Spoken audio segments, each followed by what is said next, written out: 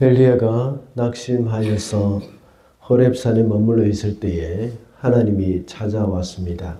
거기서 하나님은 세미한 음성으로 엘리야에게 말씀을 주셨고 사명을 주셨습니다. 그 사명이 무엇이었죠? 하사엘에게 기름을 부어서 아람의 왕이 되게 하였고 또 예후에게 기름을 부어서 북이스라엘의 왕이 되게 했습니다. 그리고 엘리사에게 기름을 부어서 자신의 후계자로 세우도록 했습니다. 하나님은 낙심한 엘리야를 찾아오신 것과 같이 우리에게도 찾아오셔서 다시 일어서게 만들어 주십니다. 하나님은 우리를 회복시키기 위해서 먼저 우리를 찾아오셨고 또 말씀을 통해서 회복시키신다고 했습니다. 또한 사명을 주심으로 우리를 회복시키신다고 했습니다. 이제 장면이 엘리야에게서 이스라엘의 왕궁으로 바뀌고 있습니다. 베나닷이 이스라엘의 싸움을 걸었습니다.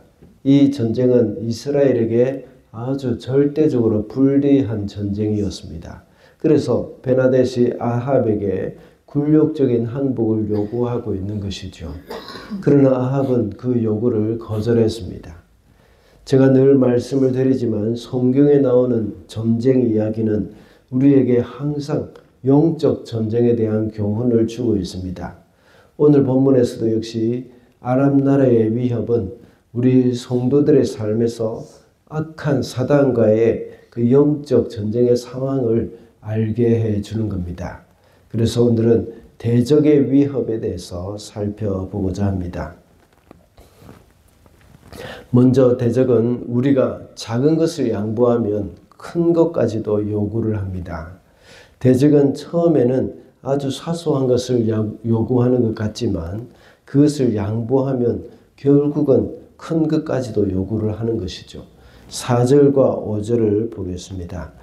이스라엘 왕이 회답을 보내어 말하였다. 나의 상전이신 임금님의 말씀대로 나와 내가 소유하고 있는 것은 모두 임금님의 것입니다.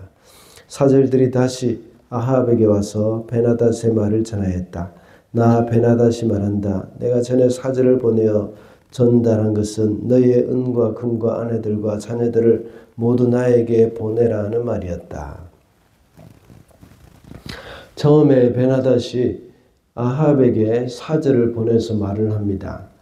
너의 은과 금은 모두 나의 것이다. 그리고 내 아름다운 아내들과 자녀들도 모두 나의 것이다 라고 했습니다. 그래서 아합은 4절과 같이 대답을 하죠. 내가 가진 것은 모든 것은 당신의 것입니다. 아합은 베나닷보다 힘이 없으니까 이렇게 할 수밖에 없었습니다. 그러자 5절에서 베나닷이 그것들을 다 보내라고 말을 합니다. 그리고 또 자기 부하들을 보내서 그것들을 다 챙겨가지고 오겠다고 말을 하죠. 아합은 처음에 적당히 굴복하는 것으로 베나닷을 만족시키려고 했던 것입니다. 그래서 이제 돌아가기를 기대를 했던 것이죠. 그러나 베나닷은 실제로 그 모든 것을 다 보내라고 요구를 했습니다. 악한 사단도 마찬가지입니다. 사단은 처음에 성도들을 두렵게 만드는 것이 전략입니다. 사단이 두려워서 맞서 싸우지도 못하고 있을 때에 사단은 우리의 모든 것을 다 삼켜버리려고 할 것입니다. 그렇게 함으로 우리의 신앙 자체를 포기하게 만들려고 합니다. 그뿐만 아닙니다. 마귀의 계략은 한꺼번에 우리에게 크고 많은 것을 요구하지 않습니다. 아주 작은 것부터 요구를 하는 것이죠. 우리가 레스토랑에 가서 식사를 하는데 와인 한 잔 정도를 가볍게 먹을 수 있다고 생각을 합니다. 그래서 고기와 함께 먹으면 소화도 잘 된다고 생각을 하죠. 그러다가 다음에는 친구들과의 모임 자리에서 술을 마시는 상황이 될 때 어떻게 생각할까요? 그때 식사하면서 와인도 한 잔 했잖아 하면서 술을 요구합니다.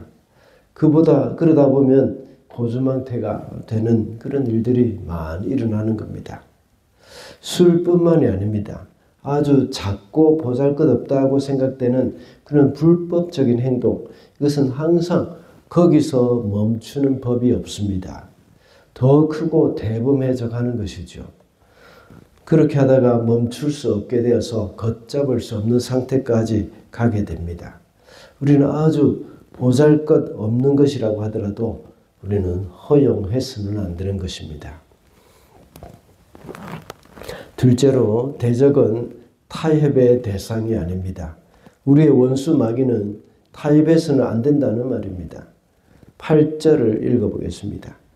그러나 모든 원로와 백성들은 왕에게 벤하닷의 말을 듣지도 말고 요구한 것을 보내지도 말라고 간언하였다. 아합이 벤하닷의 말을 듣고 원로들과 의논을 했습니다. 그때 원로들과 백성들은 벤하닷의 말을 듣지도 말고 요구한 것을 보내지도 말라고 했습니다. 일체 타협을 하지 말라는 것이죠. 벤하닷의 요구가 작은 것이든지 큰 것이든지 판단하는 것이 중요한 것이 아닙니다.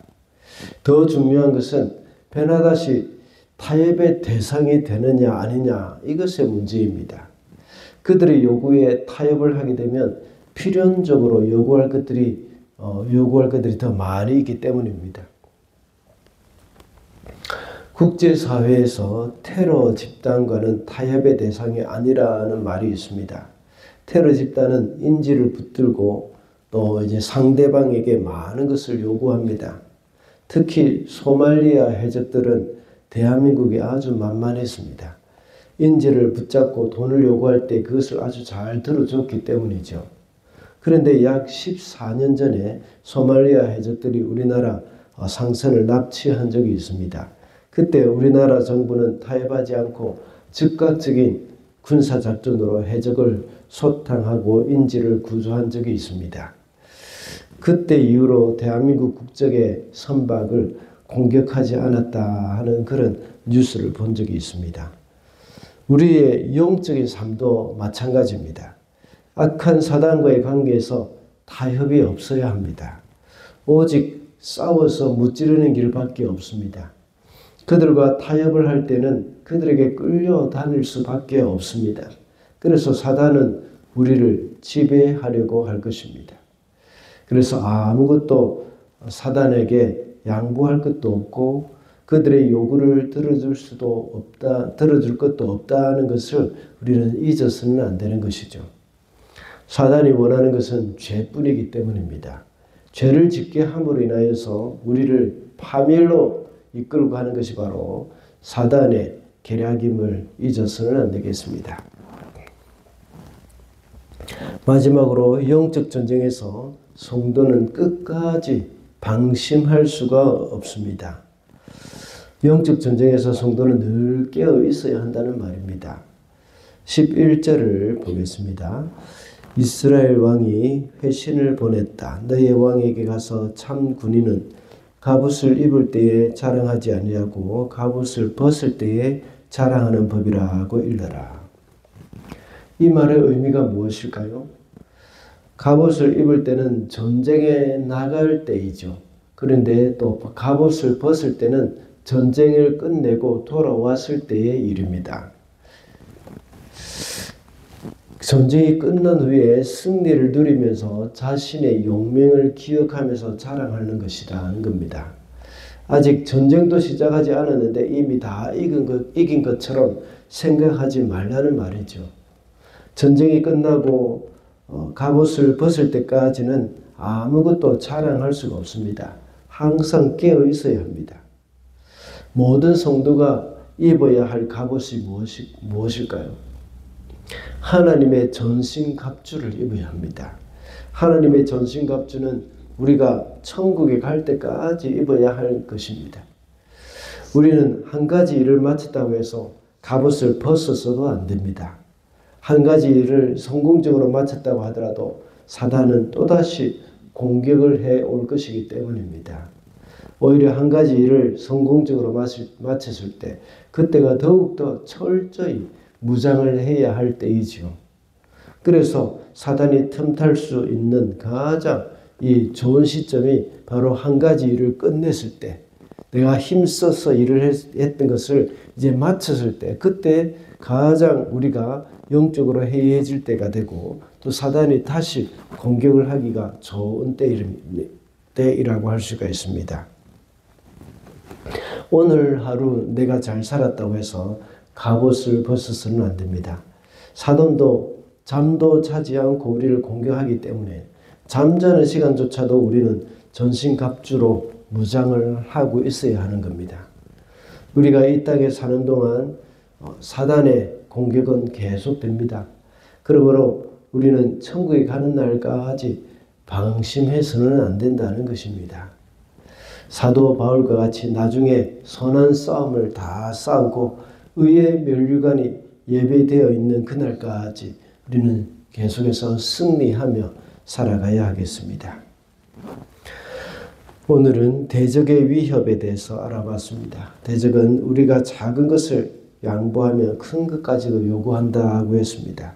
그리고 대적은 타협의 대상이 아니라고 했고 영적 전쟁에서 성도는 끝까지 방심할 수 없다고 했습니다. 영적 전쟁에서 항상 깨어 있어야 하겠습니다.